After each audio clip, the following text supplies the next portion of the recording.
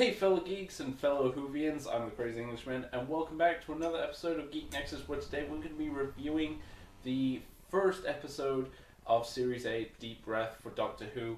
This will be a spoiler video, so please be aware. I will start saying spoilers, so if you haven't seen the episode, feel free to come back later when you've watched the episode, or if you just don't care, keep watching. So let's get right into it. What did I think of the new episode? I actually absolutely loved it. There's some flaws, for sure, but as regeneration episodes go, this is, out of the modern series, this is one of my favorites, and in fact, I think I like this more than the Christmas Invasion. Yeah, I know, David Tennant fans, calm down. This is just my opinion. I just want to say, I like it more, and this is my reasoning, because we get to see more of the Doctor interacting with the world in his post-regenerational stress. He's confused. He's trying to understand who he is. With the Christmas Invasion, as a comparison, we have David Tennant mostly asleep and only to wake up to destroy a Christmas tree at like halfway point and then appear at the end. Whereas this, we get to see more of the Doctor and how he interacts with the different characters. Now, this episode revolves heavily on the relationship between Clara and the 12th Doctor, and how at first Clara doesn't trust the 12th Doctor, and at first it's kind of implied that it's because of his age, he's older and that, but we get to see that there's more to it, as she's, as she puts it, it's like if your friend completely changed, how would you react? But it's still them at the end of the day, and she realizes this. It's still it's still the Doctor. Now, what did I think of Peter Capaldi's overall performance? I loved it. He was manic. Stephen Moffat wasn't lying when he said that Peter Capaldi is so full of energy, and he is. We get to see that in his Doctor as he's interacting with different people. He's all over the place. His brain is racing, and it's a great look at how much this stress is put on. This new regenerational cycle has really affected him. As for Clara, Clara goes through quite an evolution. Now, I have to bring up some points made by Vogt Saxon, because he did make some really good points. The other is, why is she acting this way if she knows about the Doctor regenerating? I mean, this is the first time she's seen him regenerate, but for her, she knows about regeneration. She's seen older versions of him.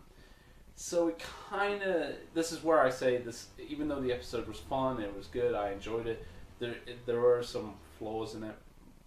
For me, this was one of them. She knows about this, but it kind of evens out at the end, and I think it's a satisfying continuation on to the next episode. Now we have the Podemassa gang in this with Strax, Vastra, and Jenny, and they do serve a role, but they're mainly in it for like maybe the first half, and then they kind of push aside for the kind of secondary side plot involving the dinosaur and the combustion and here's where a major spoiler is. They brought back one of the villains from the David Tennant era. If you guys remember the Clockwork robots, they come back, but they're more human, with components. Like, we have a very interesting new villain, and he's new, but he's old at the same time. He's the leader of the Clockwork robots, the half-faced man, as he's been called. I thought he was very intimidating, very interesting. I like it, the way he spoke. I love the design with half his face, and you can see all the components working.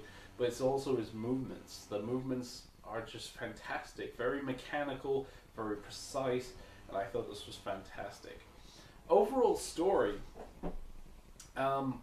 it really is two different side stories put together. First, we have the dinosaur, but that's only really, the dinosaur's only there to introduce the TARDIS in an unusual way in this time period, Um, but involving the dinosaur, it's there, kind of mentioned at the end once it gets killed by the half-faced man, only for its optic nerve. But I like, there's a scene where the Doctor's asleep and he's translating how the dinosaur feels alone in this new world, and it's also a comparison to how he's feeling. He's lost and confused, and he doesn't belong. And it's just a very interesting comparison. But then we got the Clara Doctor relationship story where they're trying to figure out if they trust each other, if the Doctor's still the same Doctor, that sort of thing. And then we have the clockwork robots. These all mesh together pretty well, I'd say. They mesh fairly well. Concluding with a final scene in what's the escape pod, where we have the Doctor confronting the half-faced man, and we don't know if he's pushed out the escape pod or if he fell to his death by himself, but it's left it purposely ambiguous, with the Doctor looking at the audience, kind of breaking the fourth wall a little bit. Overall, there's so much to say about this episode. I just want to get some of my major thoughts out. We'll have to talk about this major scene at the end, though. I will finish with this scene. Now, Vote Saxon said he didn't like this. It was unnecessary. But, however, I actually really liked it. It made me tear up a little bit.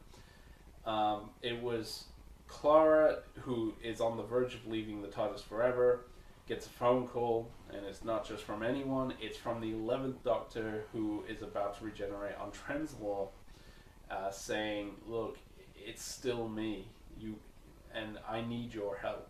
And I feel this was a nice little touch. Now, I know some people disagree, and it was complete. We already moved on from Matt, and it's supposed to be 12, but it's a nice little, how I see it, it's a very nice assist to help the audience grow to like this new 12th Doctor. Bear in mind, a lot of new fans, I mean, I've been watching it since the 4th Doctor days, but a lot of the newer fans nowadays have grown up with the younger Doctors, especially David Tennant, and now we have an old Doctor back in the TARDIS, which I think is fantastic. I think that was the right move to go with. But a lot of younger fans don't know how to react to that. And here we have Matt saying, just joking around, it's like, oh, please tell me I didn't get old. But he eases the audience into liking, into trusting. This is still the Doctor, guys. This is still the Doctor. I need your help.